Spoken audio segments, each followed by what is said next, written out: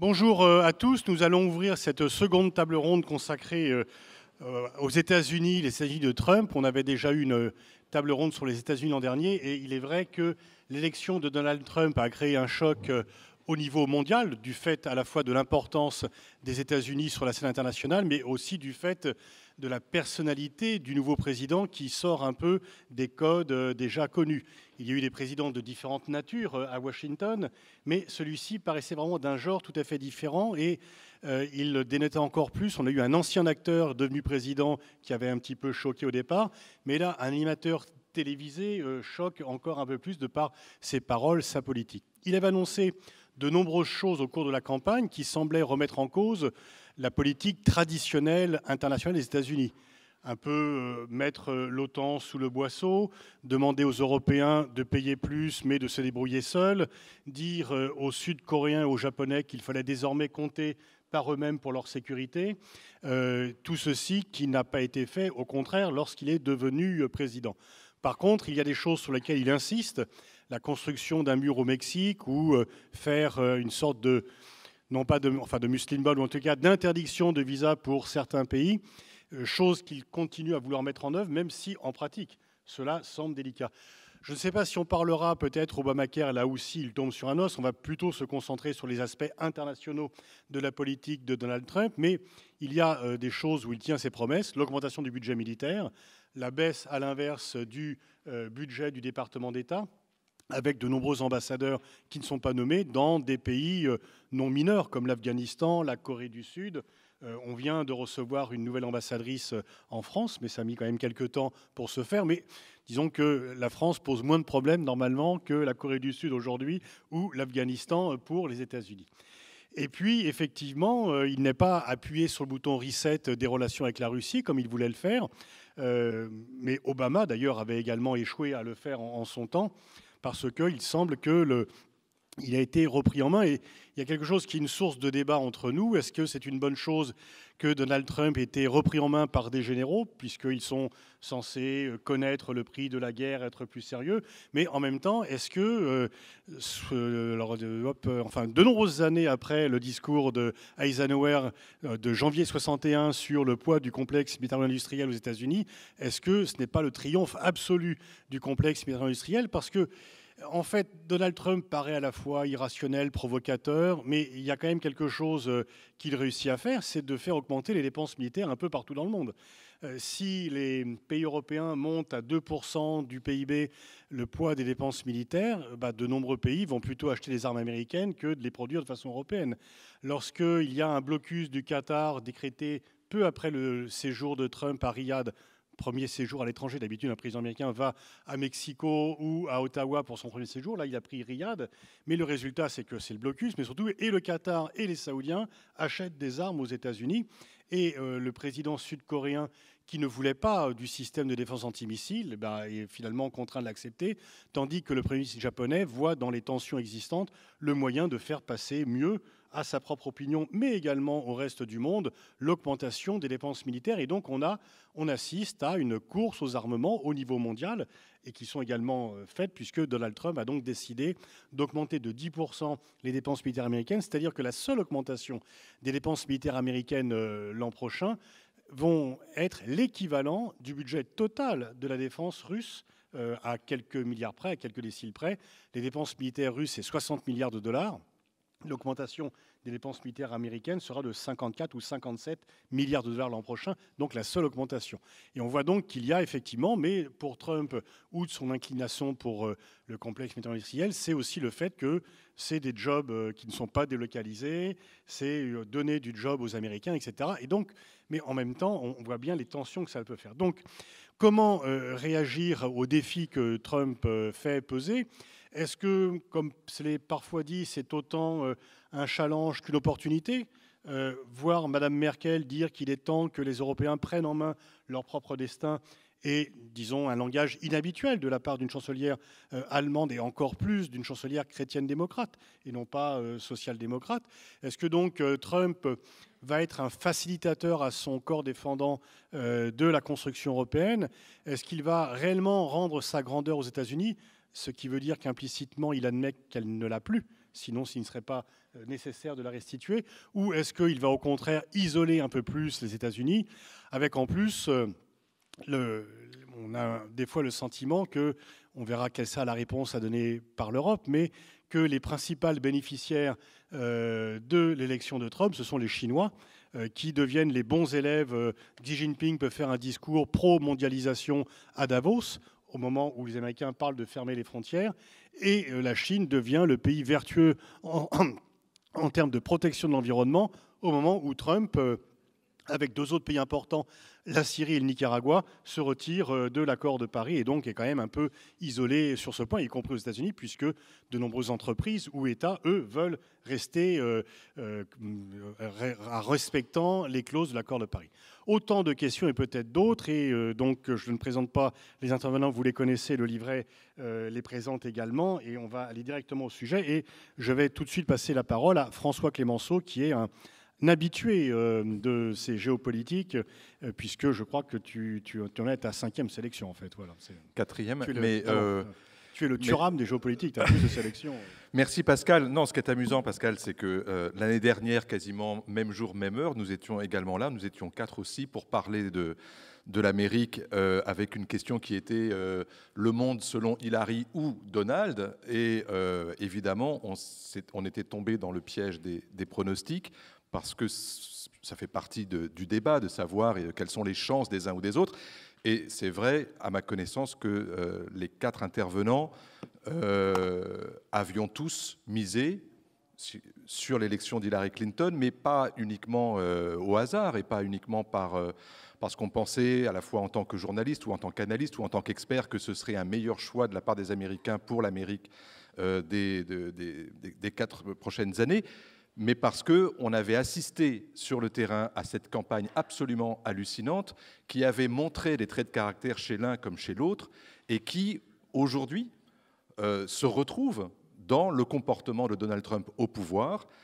Et donc, c'est intéressant de voir qu'entre l'erreur de jugement que nous avions pu faire avec des circonstances atténuantes sur lesquelles j'aimerais revenir, mais on s'aperçoit que tous ceux qui avaient parlé à l'époque du premier débat présidentiel entre Hillary Clinton et Donald Trump et qui avaient dit il y a d'un côté une candidate qui n'est certes pas la meilleure des candidates et qui a un lourd passif derrière elle, mais qui a probablement l'aptitude pour être présidente des États-Unis, le pendant, c'était que l'autre candidat était peut-être effectivement totalement atypique, totalement surprenant, totalement provoquant, mais avec certains comportements qui laissaient entrevoir une part d'inaptitude à diriger. Et cette part d'inaptitude, on la retrouve depuis le mois de janvier dans un certain nombre de dossiers, y compris en diplomatie, mais aussi en politique intérieure, avec des échecs. Et ce ne sont pas des échecs qui sont dus à de l'idéologie, ce sont des échecs de méthode, ce sont des échecs de comportement, des échecs où on voit bien que psychologiquement, ce président a du mal à savoir s'entourer, savoir écouter, savoir faire naître un débat autour de lui pour pouvoir ensuite trancher. Les circonstances atténuantes dont je parle et qui permettent aussi, encore une fois, d'éclairer le présent, c'est que, contrairement à ce que croit le président Trump, il n'a pas été élu au cours d'une victoire écrasante. Cette victoire de l'an dernier, et il passe son temps à essayer de revenir dessus parce qu'il croit ou il essaye de croire qu'il y a un débat sur la légitimité de son élection. Ce débat n'a pas lieu d'être. Il a été élu, mais c'est vrai qu'il a été mal élu. Et ça pèse aujourd'hui sur son comportement et ses décisions. Le fait qu'Hillary Clinton ait remporté le vote populaire et non pas le collège électoral est un problème. Et le fait également qu'il ait pu remporter cette élection grâce à 3-4 États où il a vraiment fait la différence, et ce qui avait été pronostiqué, pas forcément par nous journalistes, mais par les observateurs de terrain, et l'un d'entre eux est d'ailleurs Michael Moore, qui avait su dessiner exactement la carte où il gagnerait. Cette fragilité-là, une victoire emportée de quelques dizaines de milliers de voix seulement, le fragilise parce que ça lui donne des preuves supplémentaires à apporter de la confiance que les Américains peuvent avoir en lui. On l'avait vu avec George W. Bush, lui aussi mal élu et élu grâce à un seul État, la Floride, ayant perdu le vote populaire. S'il n'y avait pas eu le 11 septembre, on aurait pu se poser des questions sur l'avenir de cette présidence en termes de fragilité et de choix. Maintenant, ce que l'on disait sur Donald Trump à l'époque, avant qu'il soit président, lorsqu'on laissait entrevoir, par exemple, la période de transition, celle où précisément les grandes puissances étrangères essayent de tester le président élu qui n'est pas encore en fonction, ça aussi, ça s'est vérifié. Les crises qu'il y a eu entre le mois de novembre et le mois de janvier ont montré que ce président était surpris de son élection, n'arrivait pas à constituer une équipe, faisait la fine bouche sur les gens qui finiraient ou pas par devenir ses ministres et ses principaux conseillers, et ça a fragilisé la fin de la présidence Obama et le début de sa présidence à lui, y compris, encore une fois, sur des choix de politique intérieure et de politique étrangère.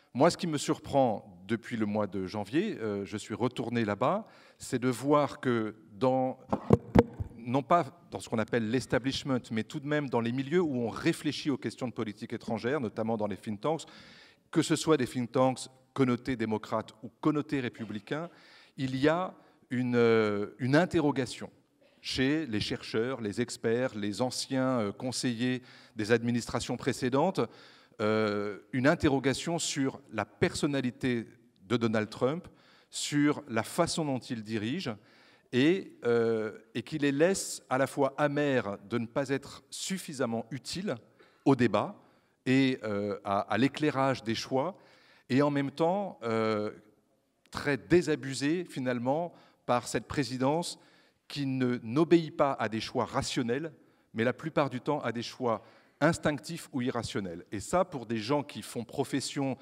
d'expertise, où on met tout sur la table avant de prendre une décision, je pense que c'est important. Je l'ai vérifié lors de plusieurs débats chez nos amis de la Brookings Institution ou à l'Atlantic Council, ou même au Hudson Institute, qui est pour le coup un think tank conservateur et qui a pris un peu de distance avec l'administration Trump. On sent que chez tous ces chercheurs, encore une fois, étiquetés de droite ou de gauche, il y a un malaise. Et ce malaise, on continue de le voir aujourd'hui, décision après décision, dossier après dossier, où il y a à la fois à boire et à manger, exactement comme dans sa campagne et comme dans sa personnalité. Il est capable de faire des choix utiles, il est capable de revenir sur des décisions qu'il avait prises avec une rapidité foudroyante, mais il est capable aussi de s'enfoncer dans ce que la plupart de ses interlocuteurs qualifient d'erreur, avec une obstination très curieuse. Je ne vais pas prendre d'exemple parce que j'imagine qu'on va tous les évoquer les uns après les autres, mais tout ça laisse tout de même, pour le coup, chez ses interlocuteurs étrangers, singulièrement chez nous, Européens, pas forcément un malaise. Il y a eu une grande période de sidération qui a duré très longtemps. Il y a eu la sidération de l'élection, il y a eu la sidération de l'investiture, il y a la sidération des premières décisions. Aujourd'hui, on commence à peine à en sortir. Et au travers des rencontres diplomatiques, des différents sommets internationaux, les interlocuteurs que nous, journalistes, croisons, font part à la fois d'une frustration de ne pas pouvoir comprendre cette administration Trump, et non pas d'une perte de confiance, ce serait très exagéré, mais en tout cas d'un questionnement sur le degré de confiance qu'on peut avoir dans Donald Trump et dans l'équipe qui l'entoure. Alors je sais que l'année dernière, on avait aussi évoqué cette question, oui, mais si jamais il est élu, il y aura toujours des contre-pouvoirs, il y aura toujours des gens qui viendront essayer de jouer les garde-fous, tu viens de l'évoquer, Pascal. Mais à l'usage, sur la période que l'on vient de vivre depuis le mois de janvier, est-ce que vraiment le général Mattis, est-ce que le général McMaster, est-ce que Rex Tillerson, est-ce que Nikki Haley ont eu autant d'influence qu'on aurait pu leur en prêter? Ce n'est pas certain. Sur certains dossiers, oui, clairement, sur d'autres, absolument pas. Et ça interroge les dirigeants, les experts, les médias et évidemment l'opinion publique. Et par exemple, sur la Russie et sur l'OTAN, il a vraiment pris des positions à 180 degrés de ce qu'il disait pendant la campagne. Est-ce que ça, c'est dû à l'influence des généraux que tu viens d'évoquer? Alors, ce qui est très surprenant, c'est que lorsqu'il arrive à Bruxelles, on lui présente un discours sur lequel il y a clairement marqué il faut soutenir l'article 5 parce que c'est le pilier même de l'Alliance et on ne peut pas tourner autour du pot. Eh bien, il ne le dit pas.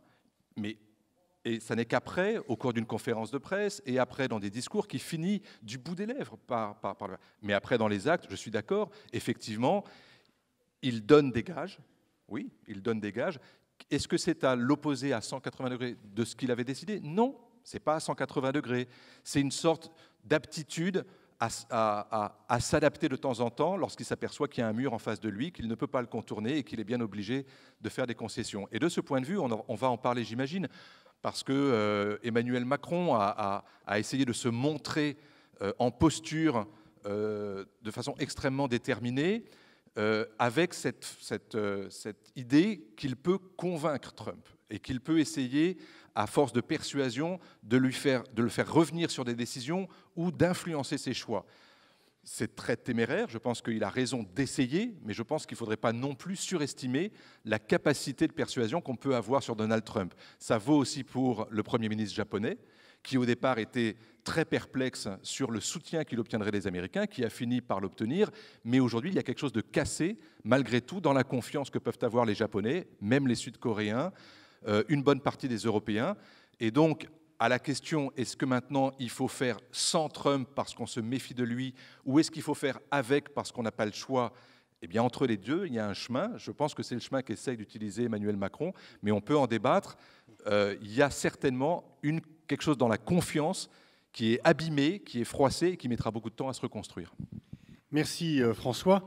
Laure, toi la parole, tu as couvert la campagne, tu as séjourné aux États-Unis longtemps et tu y es retourné récemment pour voir où on en était, je crois. Merci beaucoup Pascal. Je suis ravie d'être ici et impressionnée par l'importance de l'auditoire venu nous écouter. Bienvenue à tous. Moi, je suis dans une situation un peu différente de celle de François, puisque je suis moi aussi, comme lui, grand reporter. Et au moment de cette campagne, j'étais aux États-Unis, où j'ai passé 8 ans comme chef du bureau Amérique pour Le Figaro. Et je dis ça tout à fait sans vanité, mais c'est vrai que je pense avoir été une des rares journalistes occidentales, européennes, enfin françaises en tout cas, à avoir senti la puissance du mouvement qui a porté Donald Trump au pouvoir et avoir parié sur le fait qu'il était tout à fait possible qu'il soit élu. Et donc moi j'ai cru jusqu'au bout qu'il pouvait être élu. Et c'est finalement ce qui s'est passé. Pourquoi j'ai cru ça? D'abord parce que j'ai passé énormément de temps sur le terrain et que j'ai bien vu que pendant cette élection était celle d'une rébellion.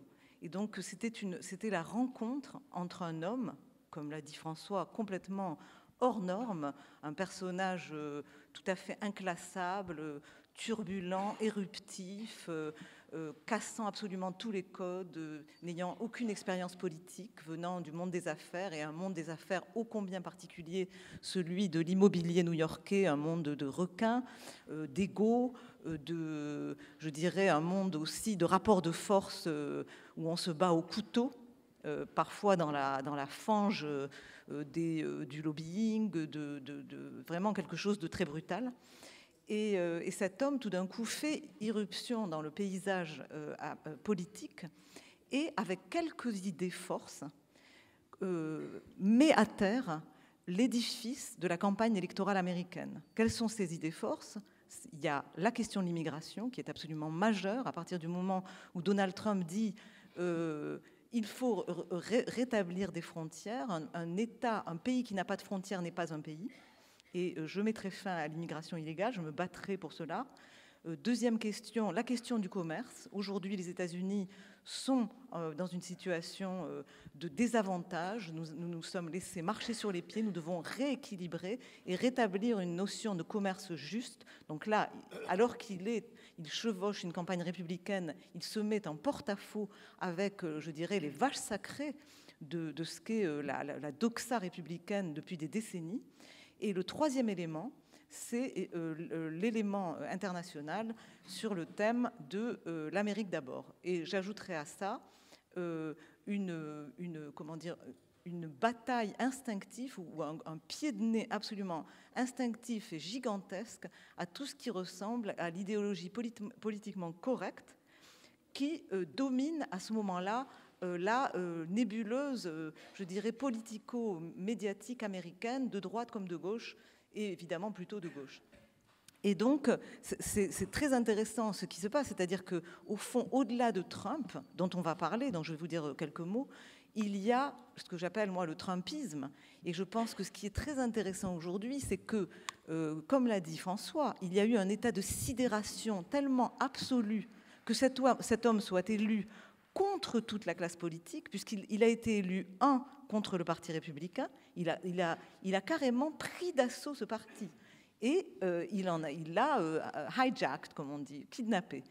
Il a pris ce parti d'assaut et il a été élu contre, je dirais, l'écrasante majorité des médias américains et contre tout l'establishment washingtonien, qu'il soit de droite et de gauche. Et donc le malaise que François vous dit avoir remarqué dans les think tanks de Washington n'est pas du tout étonnant, puisqu'au fond est arrivé un homme qui s'est présenté et qui a une posture par définition anti-Washington. Donc la quadrature du cercle aujourd'hui pour cette administration, c'est de gouverner alors qu'il se présente comme l'homme qui va contre les gens qui normalement assurent le gouvernement de Washington. Et pourquoi y a-t-il eu une telle lenteur, par exemple, dans les nominations dont on a parlé, sur le plan diplomatique, par exemple, ou dans tous les ministères de l'administration de Trump? C'est précisément que le camp républicain, qui normalement, quand il y a une alternance entre démocrates et républicains, se porte dans la nouvelle administration de manière quasiment automatique, puisque vous savez qu'il y a un aller-retour quasiment automatique entre justement les think tanks et le pouvoir politique, enfin l'exécutif. Eh bien là, ce n'a pas été possible, puisque la quasi-totalité, par exemple dans la diplomatie, des gens qui étaient des experts des questions internationales étaient contre Trump et se sont prononcés pendant la campagne contre lui en militant de manière extrêmement vocale. Et donc ces gens-là, évidemment, ont été exclus d'office pour venir alimenter cette administration. Donc Trump s'est retrouvé finalement isolé sur le plan, je veux dire, des compétences. Et qu'est-ce qu'il a fait? Il a fait appel à des hommes d'affaires pour l'entourer sur, par exemple, je pense à des domaines absolument clés et dont, à mon avis, on ne parle pas suffisamment, mais par exemple, tout le domaine de la politique commerciale extérieure, donc des gens comme le secrétaire Scott Wilbur, qui est au commerce, ou le secrétaire au Trésor, Steve Mnuchin, sont des gens absolument clés dans son entourage, sont venus, ou alors les militaires, puisque comme il n'y avait plus les intellectuels, disons, de la politique étrangère, cette chose que même Obama critiquait d'ailleurs beaucoup, en disant que cette communauté pensait toujours de la même manière, qu'elle était marquée par des décennies d'interventionnisme. Et donc, cette communauté s'est retrouvée finalement de facto dans une sorte d'opposition à l'administration actuelle.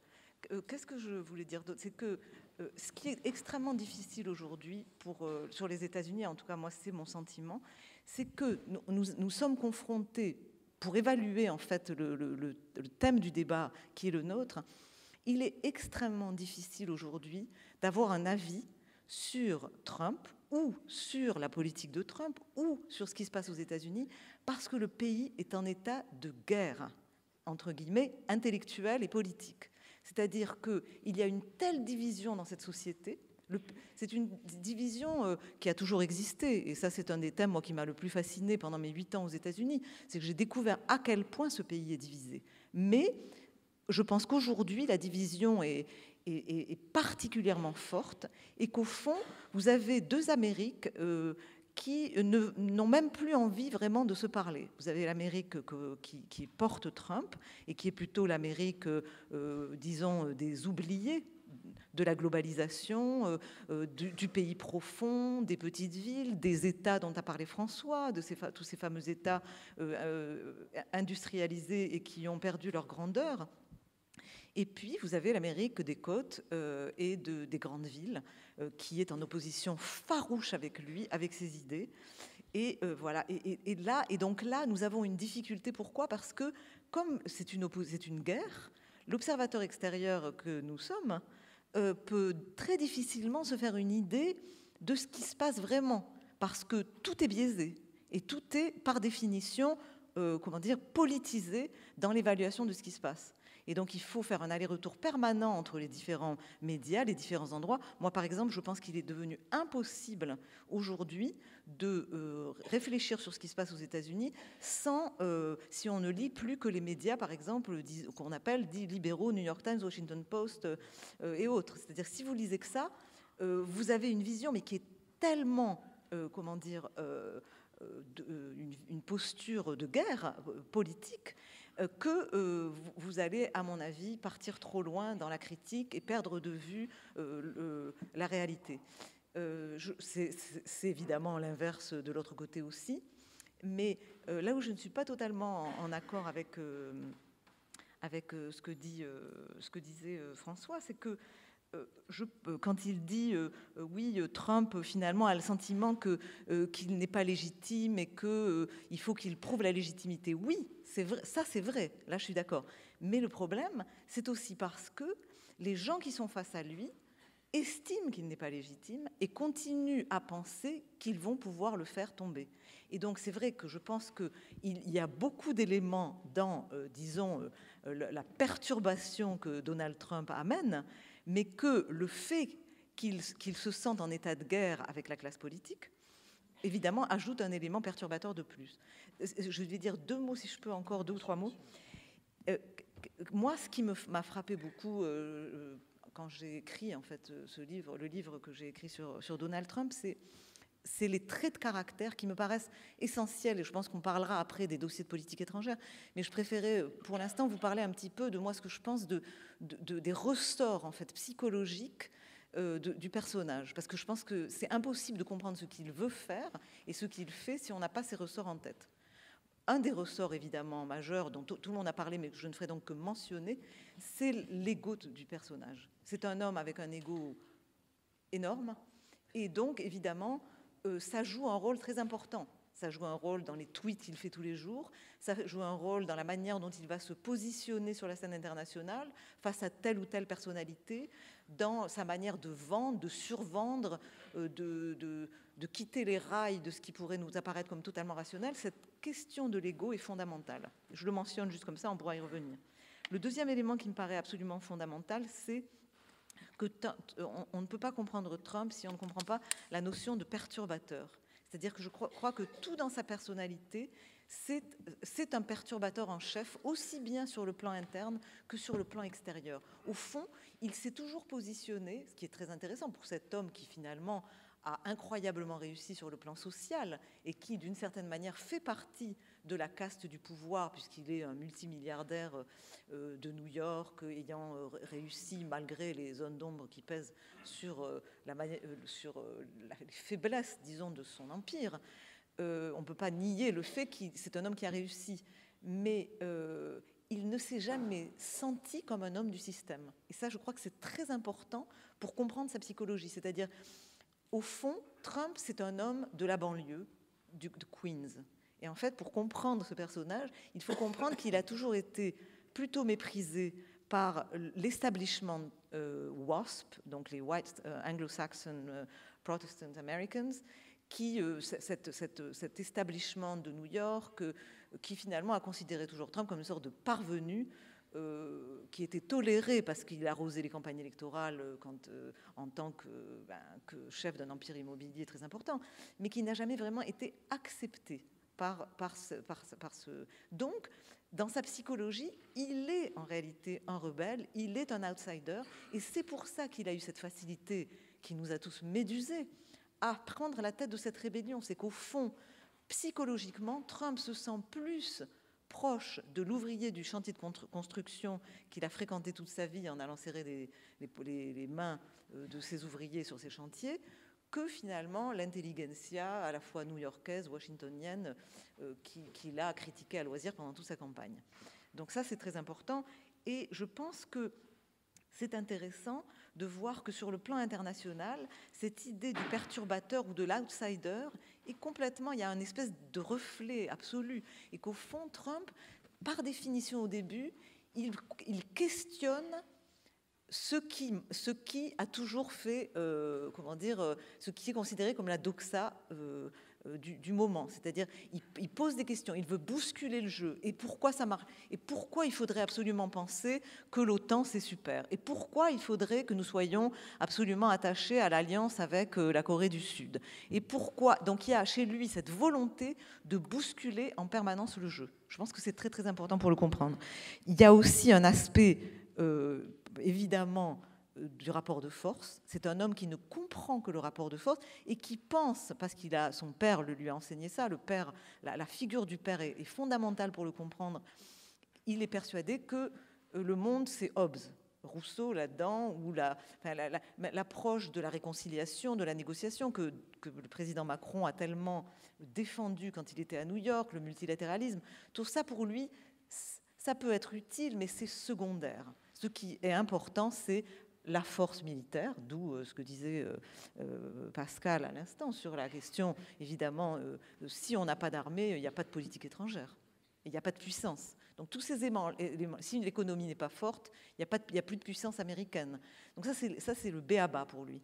C'est le rapport de force, et aussi dans la démarche qu'on voit, par exemple, moi je trouve dans la crise nord-coréenne, on pourra en reparler, c'est un homme qui ne recule jamais, en tout cas dans les mots.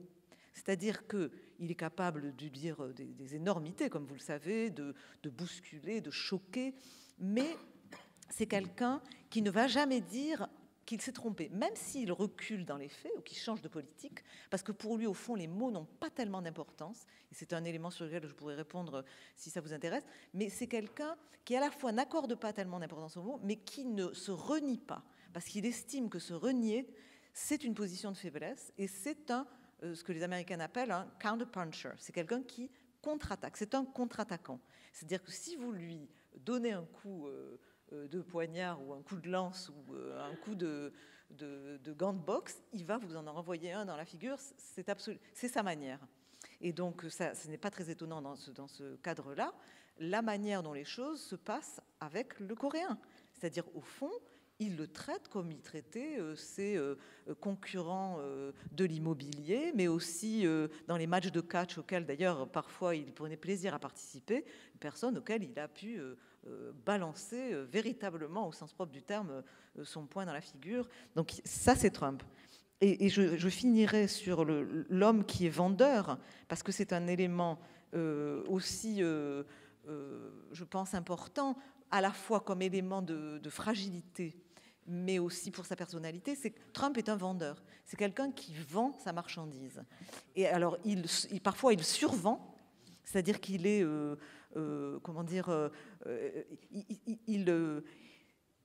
il s'est toujours vendu lui-même. Et c'est vrai que ça peut être dangereux dans le cadre, par exemple, international. C'est-à-dire qu'il peut aussi trop se vendre et ne pas avoir les moyens de suivre. Mais ça fait partie de sa personnalité. Et en tant que vendeur, c'est aussi un homme, comme il le dit toujours, de deal, donc de compromis potentiel. Et je crois qu'il y a un aspect pragmatique chez le personnage. Donc certains diront que c'est pas si rassurant que ça, parce que derrière le pragmatisme, il peut y avoir aussi une forme de cynisme, et je serais d'ailleurs assez d'accord avec ça, et je pense que se pose sur ce personnage la question des principes, et je crois que c'est une question qui nous a beaucoup hantés tous pendant cette campagne, c'est-à-dire est-ce que Trump, c'est quelqu'un qui, par exemple, avec la Russie, serait capable de sceller les termes d'un nouveau Yalta simplement pour avoir des deals sur d'autres sujets avec les Russes? Peut-être. En tout cas, ce qu'on a vu, c'est que on n'en est pas là, pour des raisons d'ailleurs sur lesquelles on pourra revenir, mais c'est sûr que sur la Russie, il n'a pas pu faire la politique qu'il voulait mener, et qu'on se retrouve aujourd'hui avec un Trump qui finalement a une politique beaucoup plus dure que celle de son prédécesseur vis-à-vis de la Russie. Donc ça, c'est aussi les circonstances qui valent là-dessus. Je vais m'arrêter là et je vous remercie. Merci Laure.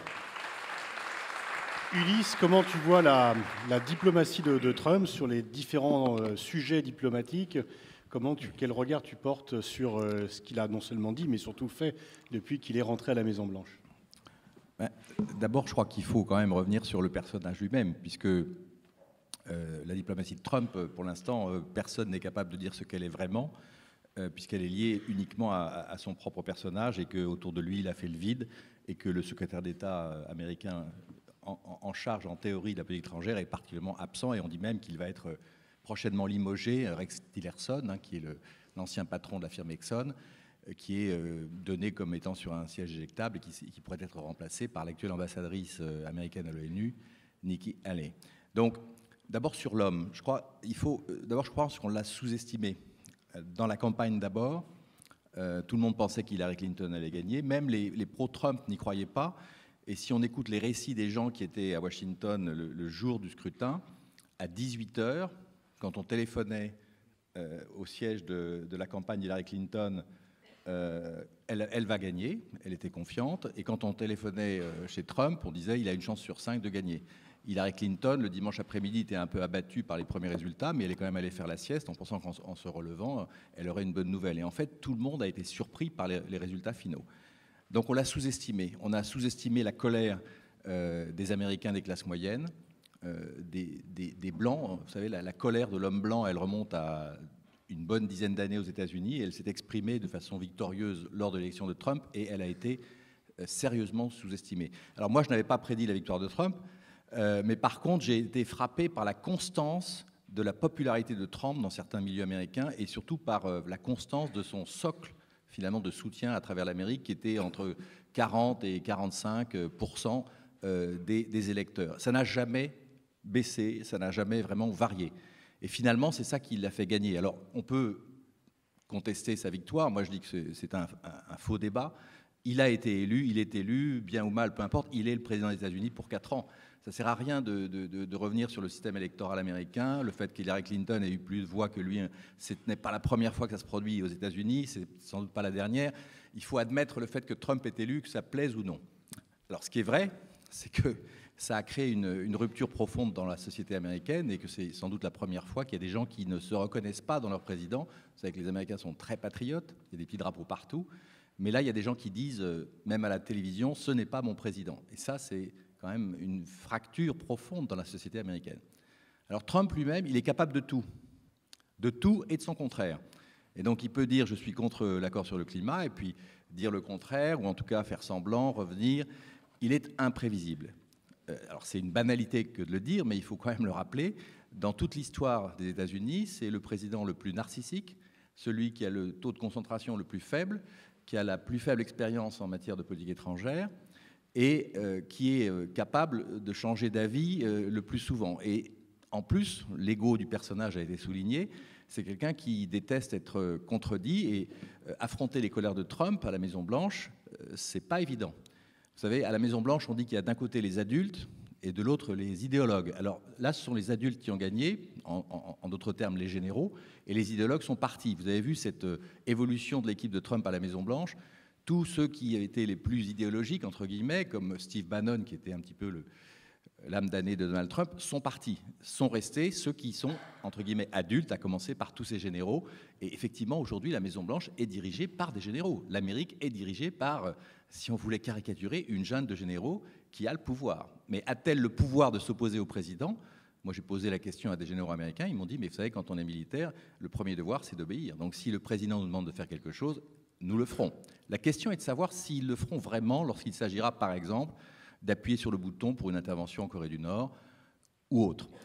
Et ça, c'est vraiment, effectivement, extrêmement important. Je crois que personne n'a la réponse, parce que le contexte est extrêmement dangereux, instable. On est dans un monde qui n'a jamais été aussi instable depuis la Seconde Guerre mondiale, et on est face à un président qui peut être, encore une fois, totalement imprévisible. Mais encore une fois, les généraux américains, même s'ils ne sont pas d'accord avec lui, leur devoir, c'est d'obéir. Il y a tout de même quelque chose qui est très intéressant et qui n'a pas été évoqué jusqu'à présent, c'est le rôle ce qu'on appelle l'État profond aux États-Unis, en particulier les services de renseignement, les services militaires, les services de renseignement civil, la CIA, la NSA, etc. Toute cette superstructure de l'ombre, mais qui est extrêmement puissante. Et ce qui est important, c'est qu'on assiste à une guerre absolument incroyable, enfin en tout cas inédite, entre les services de renseignement, cet État profond, et Donald Trump. Toutes les révélations qui ont été faites dans les premiers mois de sa présidence sur, par exemple, ses conversations téléphoniques avec des chefs d'État, toutes les fuites qui ont été, qui sont parues dans la presse, ça révèle à l'intérieur des services secrets américains une hostilité profonde à Donald Trump, une défiance dont le summum a été atteint par le limogeage du chef du FBI, avec toutes les conséquences que cela a, c'est-à-dire la perspective avec le grand jury d'une enquête sur Trump, sur sa famille, dont on ne connaît pas encore les conclusions, mais qui pourrait aller jusqu'à une procédure d'impeachment. Donc cette guerre entre les services secrets américains, pour généraliser, et Trump est un élément fondamental de la présidence américaine. J'ai parlé d'impeachment. C'est vrai que comme la cassure est profonde entre les élites américaines et le président des États-Unis, je dis bien les élites parce qu'on a beaucoup parlé des think tanks, etc. Mais il y a une autre Amérique dont on ne parle pas assez, à mon avis, c'est l'Amérique de Trump, qui est absolument enthousiaste et qui, dès que Trump fait un tweet pour dénoncer les joueurs de football américains qui refusent de chanter l'hymne américain, sont absolument ravis. Lorsqu'il tape sur les policiers, pas les policiers, mais les victimes des policiers, avec des tweets absolument inimaginables pour un président, cette Amérique-là est ravie. Donc, et il y a, je peux vous le dire, parce que j'étais aux États-Unis encore cet été, il y a beaucoup d'Américains qui sont absolument enchantés d'avoir Trump à la Maison-Blanche, c'est-à-dire l'homme qui incarne pour eux l'antisystème et qui va finalement bousculer l'establishment de Washington. Et ça leur fait très plaisir, même si paradoxalement, comme ça vient d'être évoqué, l'équipe de Trump, c'est également une équipe ultra-élitiste qui vient de Wall Street, qui est une forme d'élite, beaucoup de milliardaires, et qui finalement ne représente absolument pas l'électorat de Trump. C'est un des paradoxes, parmi d'autres, de ce qui se passe actuellement aux États-Unis. Donc il y a cette guerre des services secrets, il y a cette guerre politique des élites qui veulent un impeachment de Trump, mais là aussi il y a un problème, c'est que si Trump était finalement obligé de démissionner en raison d'une procédure d'impeachment, qui prendrait le pouvoir? Qui deviendrait président des États-Unis? Eh bien, ça serait son vice-président, Mike Pence.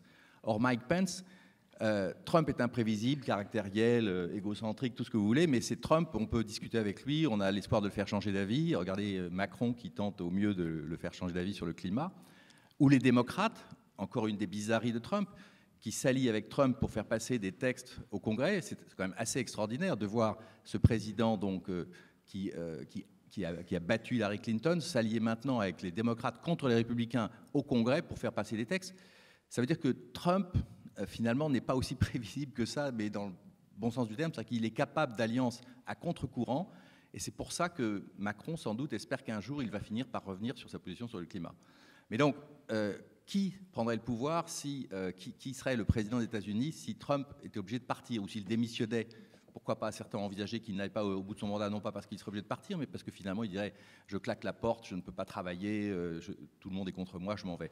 Eh bien, ce serait Mike Pence. Or, Pence, c'est l'ultra-droite conservatrice, c'est un bigot, c'est un chrétien ultra-conservateur, c'est Trump puissance 10 en termes d'extrême, mais avec une efficacité et une logique encore plus redoutable que Trump, dans le sens du conservatisme et du repli sur soi de l'Amérique d'aujourd'hui. Donc finalement, si Trump s'en allait, ce ne serait pas forcément une bonne chose. Et les politiciens pensent plutôt à la prochaine élection en se disant laissons-le faire son mandat, ça va être une catastrophe et on recueillera les fruits de tout cela lors de la prochaine élection présidentielle.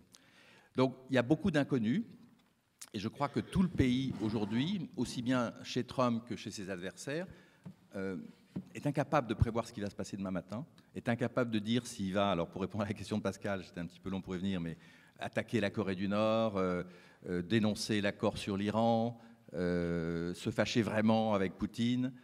Personne ne peut le dire aujourd'hui. Et ceux qui prétendent le contraire vous disent des sottises, parce qu'ils n'en savent rien, et je pense que Trump lui-même ne le sait pas. Mais par contre, il y a un rendez-vous qui est très attendu, c'est les prochaines élections de midterm. C'est celles où on renouvelle le Congrès. Et là, il y a un enjeu formidable, parce qu'aujourd'hui, les républicains contrôlent le Congrès, ils ont la majorité, et donc c'est très important pour Trump, évidemment.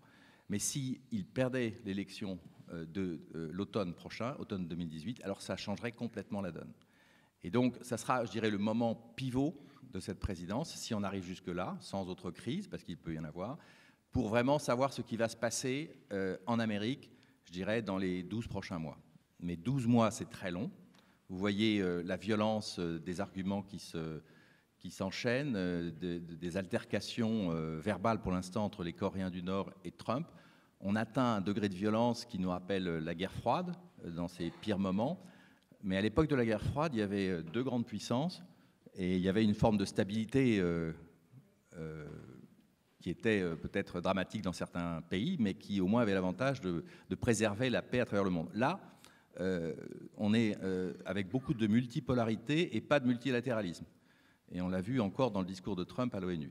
Donc on est dans une situation, et c'est ça peut-être le plus important, qui n'a jamais été aussi instable depuis longtemps.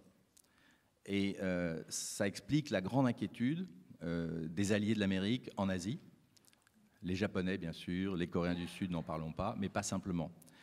Il faut dire aussi un mot des Chinois, qui sont eux aussi extrêmement inquiets de l'évolution de la situation.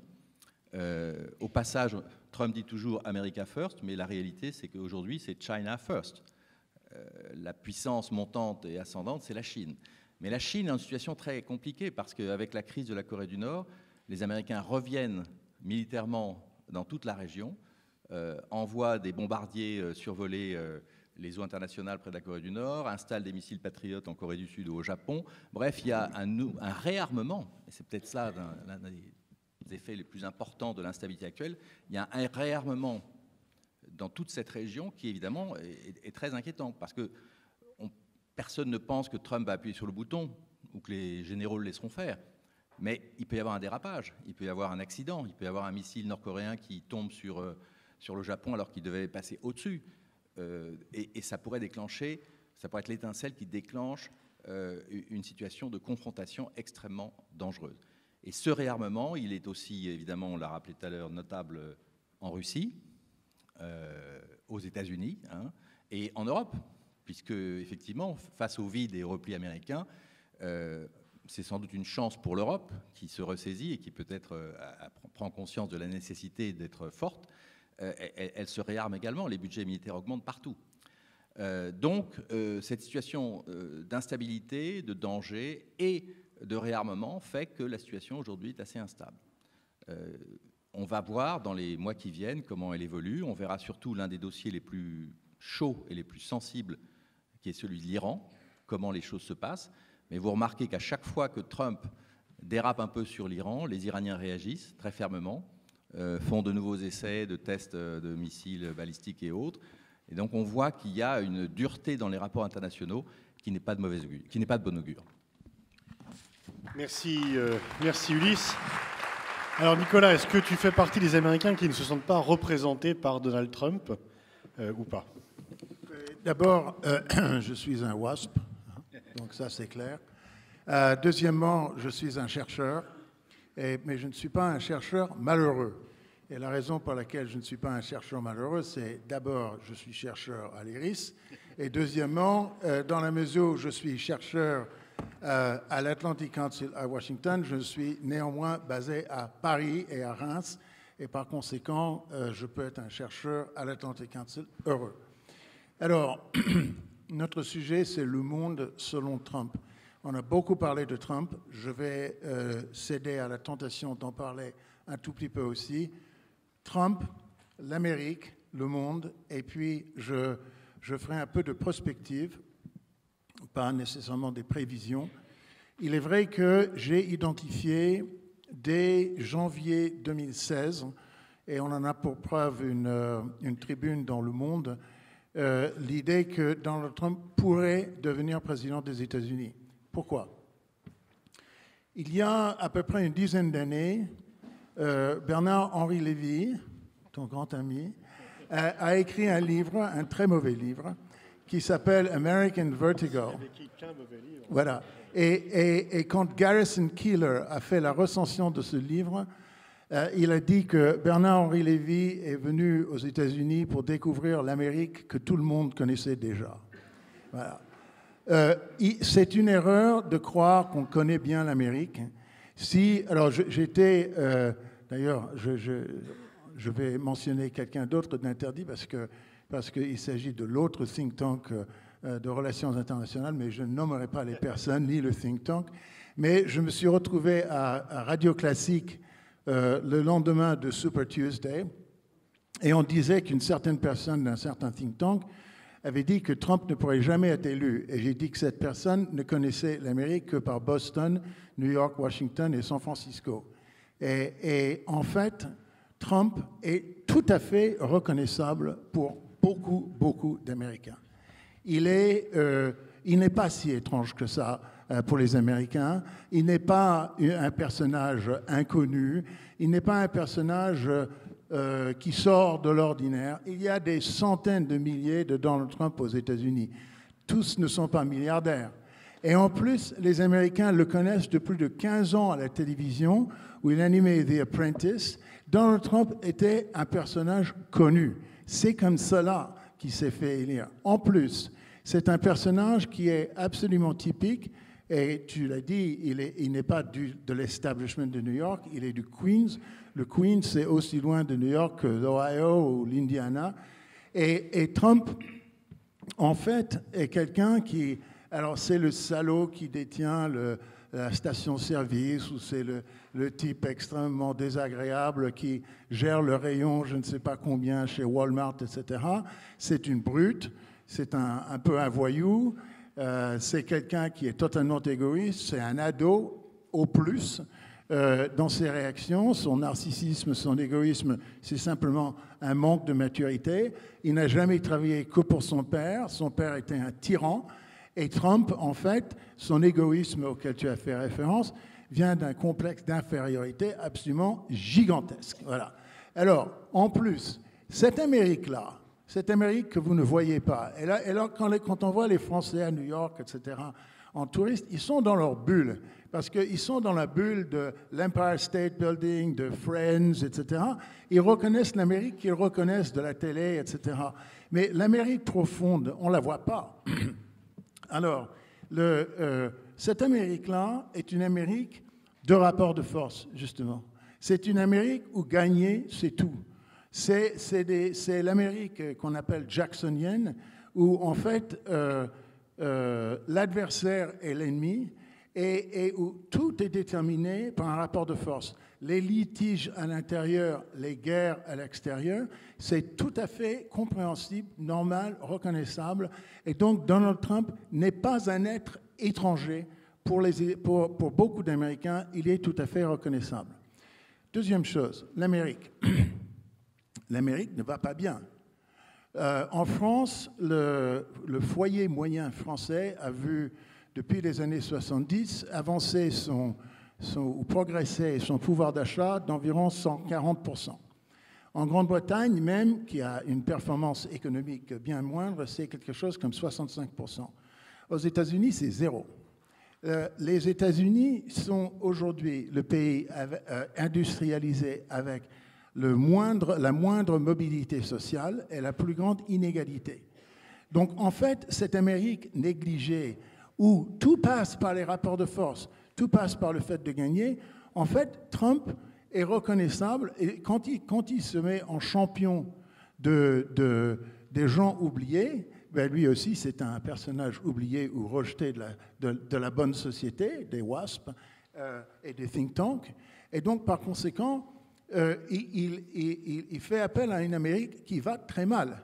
Alors, on ne s'en rend pas compte ici, mais dans une étude que nous avons faite et à laquelle François a participé à l'Atlantic Council, nous avons déterminé que la France devance les États-Unis dans tous les facteurs fondamentaux de la compétitivité, à savoir la santé publique, l'éducation primaire et secondaire, les infrastructures, les équilibres macroéconomiques, parce que les États-Unis ont une dette et des déficits beaucoup plus grands qu'en France, et le fonctionnement des institutions. Alors, le fonctionnement des institutions ne marche pas aux États-Unis. L'une des raisons, et une autre chose dont il faut que vous teniez compte, c'est que le pouvoir politique en interne aux États-Unis réside avec le Congrès. Il n'y a pas de gouvernement. Et donc, en fait, je ne suis pas d'accord avec toi, parce que je pense que pour ce qui est de la Chambre des représentants, les républicains garderont ça, mais de toute façon, la majorité au Sénat n'est pas suffisante aujourd'hui pour que les républicains puissent imposer leur vue. Et en plus de ça, on a vu que l'opposition à Trump vient de quelques sénateurs républicains, et notamment de John McCain. Donc, tenez compte du Congrès pour savoir ce qui va se passer aux États-Unis. C'est là où je suis d'accord avec toi. Les midterms sont très importantes, mais il n'est pas du tout impossible... Non, mais je n'ai pas dit que les républicains allaient perdre. J'ai dit que ce serait le moment pivot de la présidence Trump. Si les républicains perdaient leur majorité, alors ça changerait la donne. Sinon, eh bien, ça va continuer. De toute façon, le fait que Trump n'ait rien réussi et que le Congrès n'a rien fait et que cette loi sur la santé et l'Obamacare, justement, n'a pas pu être amendée. Le problème avec l'Obamacare, entre parenthèses, c'est que Obama voulait un système à la française ou plutôt à la suisse, c'est-à-dire où tout le monde était obligatoirement assuré et où le gouvernement régulait des assureurs privés. C'est comme ça que ça marche en Suisse. Les Américains ignorent que plus de 50% de l'assurance santé aux États-Unis est déjà fournie par le gouvernement fédéral, Medicare pour les personnes âgées, Medicaid pour les personnes pauvres et les Veterans Hospital pour les anciens combattants, hein, qui sont généralement des types qui ont 35 ans et plus du tout de jambes. Bon, alors, parce qu'ils ont été en Irak ou quelque chose comme ça.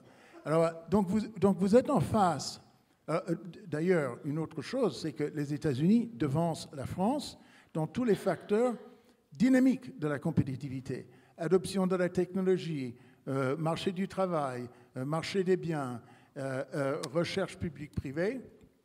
Ces facteurs donc, mais ce dynamisme américain est bâti un peu sur des fondations qui s'affaiblissent, alors que la compétitivité française, en fait, c'est des fondamentaux qu'on n'arrive pas à dynamiser. Alors ça peut changer, j'espère que ça change. Je pense que ça va changer ici.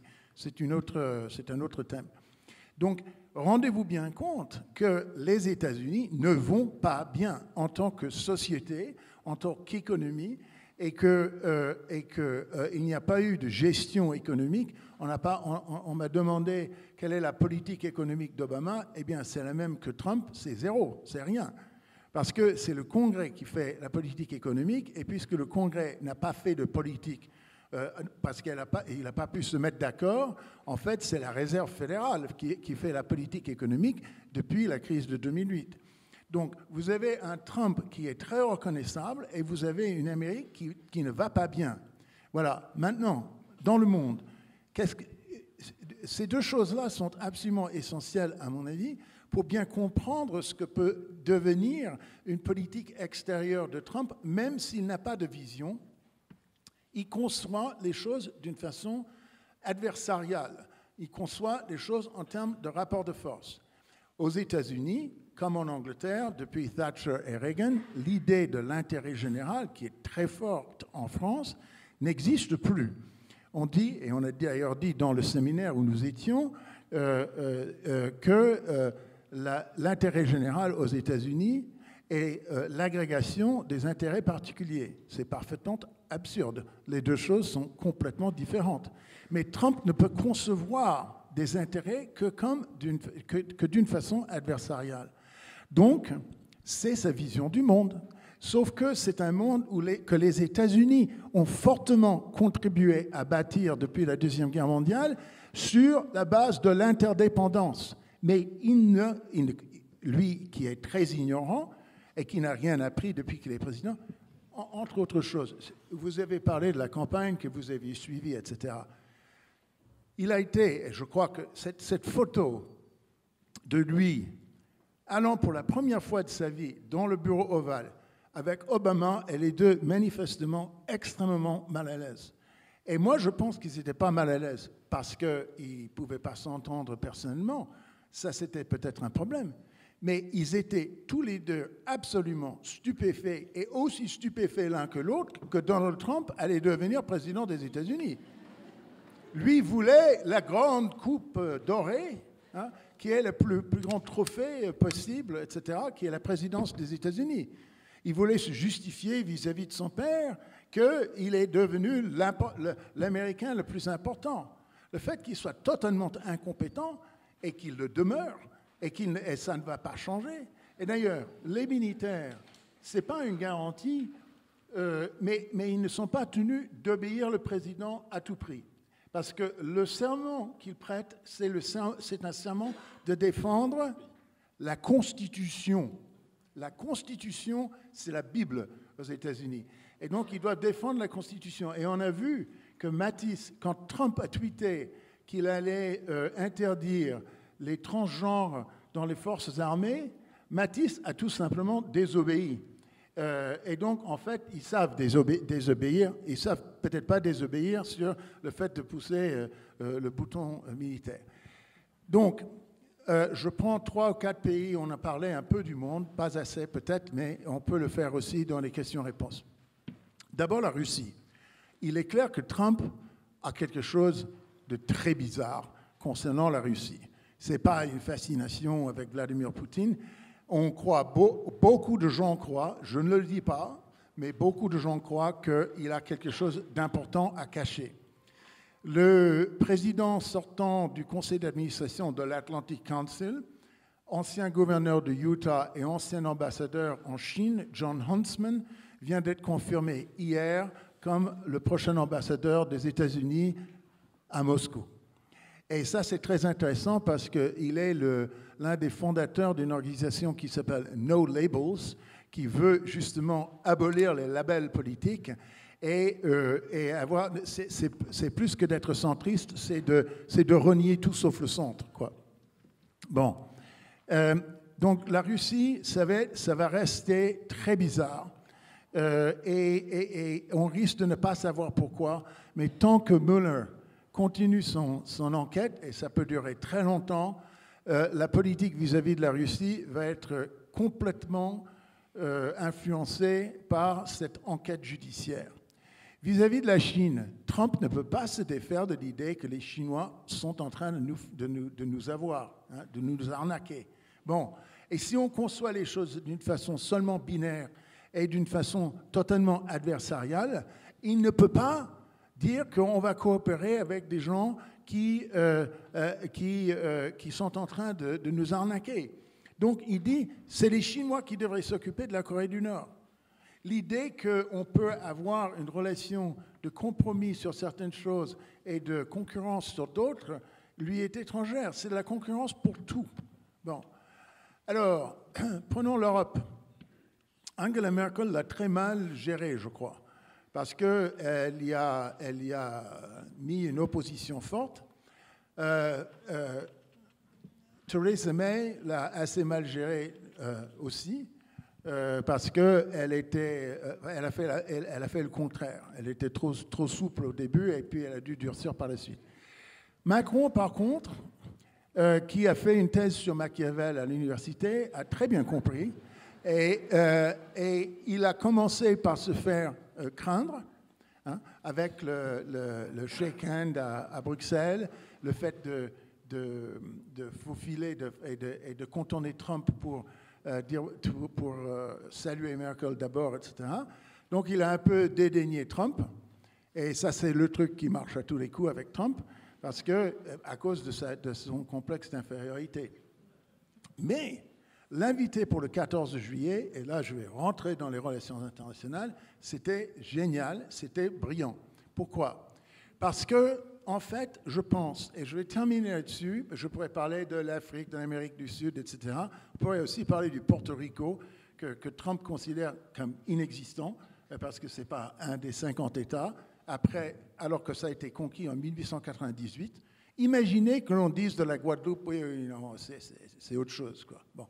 Ça fait partie de la France, le Porto Rico fait partie des États-Unis, mais pas suffisamment. Mais pourquoi est-ce que l'invitation de Macron pour le 14 juillet était importante et intelligente? Parce qu'il est clair que Macron considère que la France doit jouer le rôle d'une grande puissance. Pas une grande puissance moyenne, comme disait Giscard d'Estaing, il a dit, vous pouvez effacer le mot moyenne, une grande puissance. Il y a un vide, et ce vide est laissé par le fait que les États-Unis ont perdu énormément d'influence et énormément de crédibilité grâce en grande partie, ou à cause en grande partie de Trump, et jamais de nos vivants, quels que soient nos âges, on a vu les deux grands pays anglo-saxons, la Grande-Bretagne et les États-Unis, aussi marginalisés dans les relations internationales.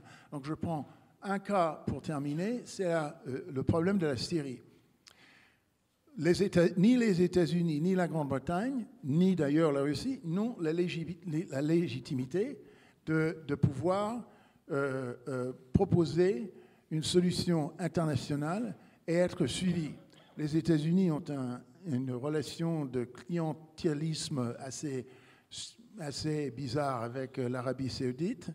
La Turquie est membre de l'OTAN, mais on en a déjà parlé ici, très, très indépendant et pas du tout contrôlé. Et les États-Unis, comme tu disais, Laure, ne parlent pas à l'Iran. Or, la France parle à tout le monde. Et donc, si Macron, conjointement probablement avec Merkel, et pourquoi est-ce que ce problème du Moyen-Orient est très important pour l'Europe? C'est à cause du problème des migrants. C'est un problème qui devient un problème européen. Et parce que les migrants viennent d'Afrique, mais aussi il y a pas mal de migrants qui sont venus du Moyen-Orient. Donc c'est un problème où la légitimité européenne est forte. Et justement, je pense que l'idée, c'était de dire on va neutraliser Trump, il va adorer Emmanuel Macron, et à ce moment-là, Emmanuel Macron n'a pas à craindre l'opposition de Trump.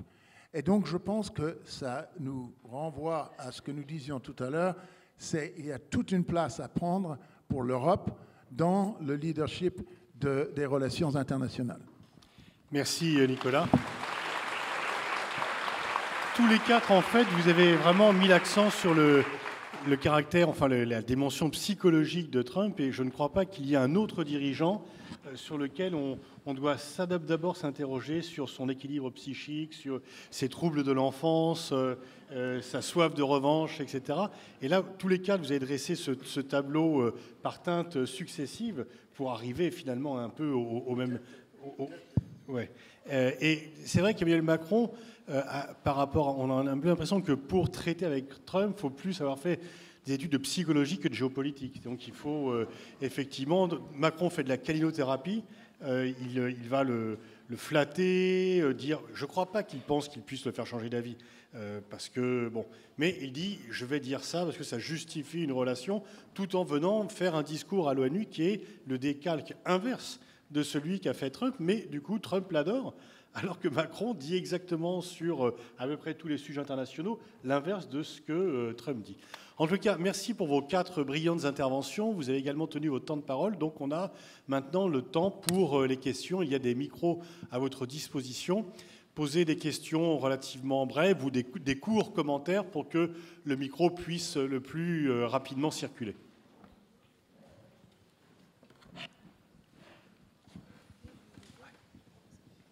Allô? Oui, alors... Oui, pardon. Donc, est-ce que vous pourriez rappeler à l'auditoire le pouvoir du Congrès?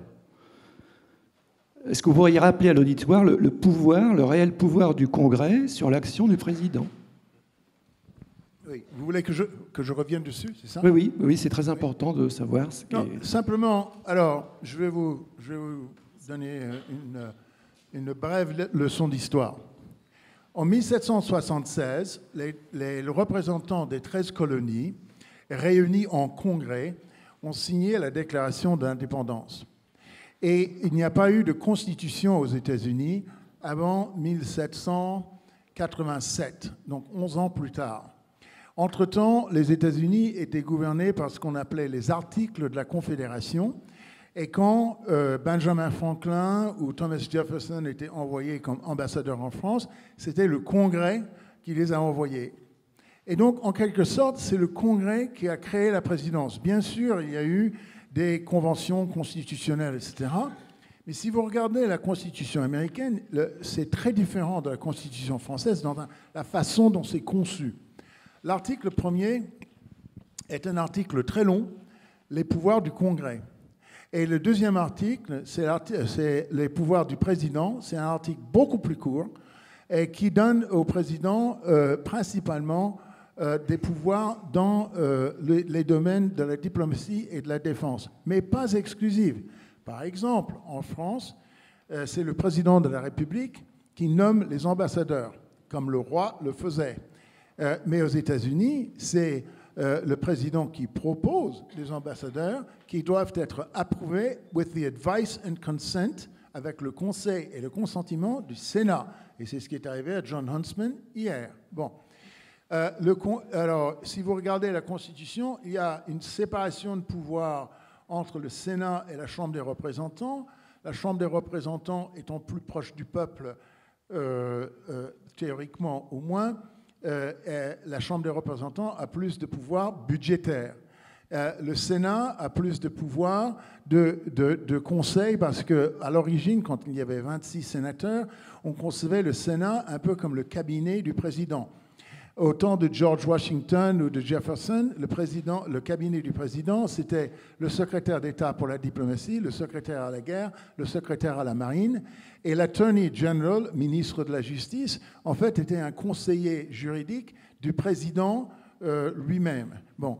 Et donc, en fait, c'était le Sénat. Et quand je dis qu'aujourd'hui, que ce sont les senior senators, une poignée de sénateurs qui, en fait, font l'opposition à Trump, ils sont tout à fait dans leur rôle historique. Deux dernières choses sur le Congrès qu'il faut comprendre, qui sont tout à fait différentes qu'en France, c'est que les lois ont leur origine au Congrès. Donc, ce n'est pas une loi qui est proposée par un ministère et puis qui passe à l'Assemblée nationale avec des amendements, la navette avec le Sénat, etc.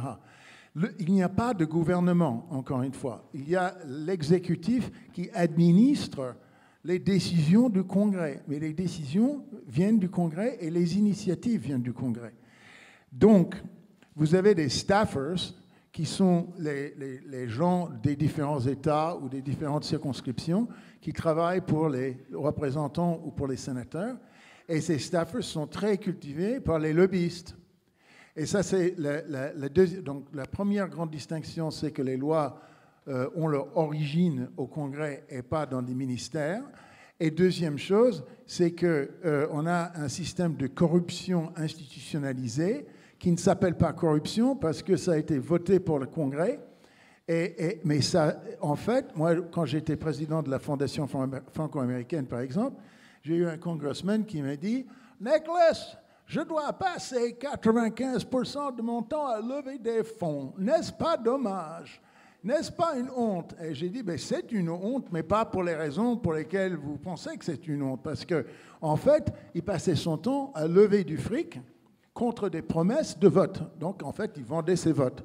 Et ça, c'est absolument typique, le fonctionnement du système.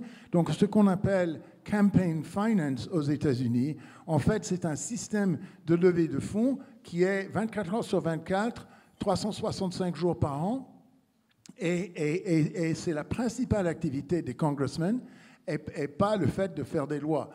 Mais, donc ce qu'il faut comprendre, c'est que le Congrès a beaucoup plus de pouvoir que les parlements en Europe, sauf en Suisse, où le système américain a été repris en 1848. Deuxièmement, ce pouvoir du Congrès a été un peu hijacked, donc kidnappé par les lobbyistes, qui sont des avocats, généralement, et ce sont des avocats qui, au lieu de travailler sur des procès ou des opérations, en fait, représentent les grandes entreprises et les grandes banques pour écrire les lois et donner les textes qu'ils voudraient en échange de promesses de financement. Alors que le lobbying à Bruxelles ou à Paris ou à Londres ou à Berlin, c'est la première chose, c'est des suggestions par des grandes entreprises, par exemple, mais ils ne payent pas. François, tu voulais ajouter... Juste une chose pour effectivement placer la question du Congrès dans la perspective, celle qu'avait évoquée tout à l'heure Ulysse. D'abord pour dire que l'un des grands discours de Donald Trump, il n'y en a pas eu tant que ça, mais l'un des grands discours de Donald Trump depuis son élection, c'est le fameux discours devant le Congrès sur l'état de l'Union qui a été unanimement remarqué comme étant à la fois modéré, habile et comme une sorte de main tendue déjà vers les démocrates avec qui il a dit qu'il n'aurait pas de difficulté à gouverner précisément dès lors qu'il aurait des terrains d'entente avec eux. Et ça s'est retrouvé dans ce fameux pacte qu'il a passé avec eux sur les Dreamers. On va voir si ce pacte survit. Mais le fait même qu'il arrive à s'entendre avec les chefs démocrates du Congrès est un très bon signe.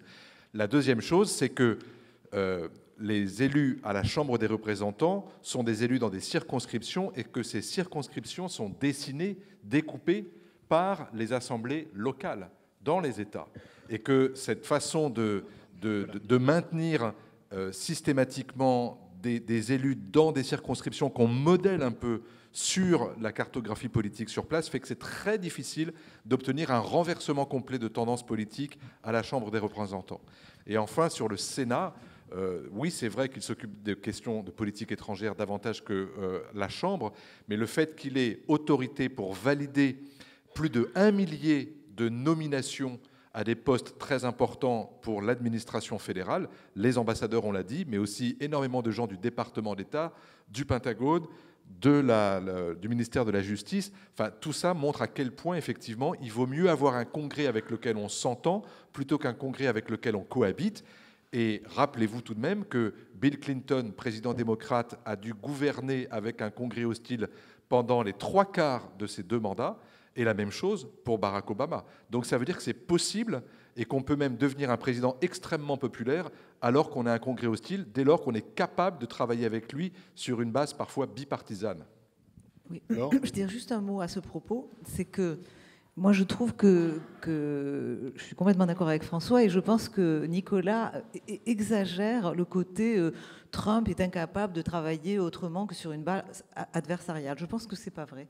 Et que précisément parce qu'il est Donald Trump. C'est-à-dire que Trump, il ne faut pas oublier que c'est un homme qui a été démocrate pendant plus de 20 ans.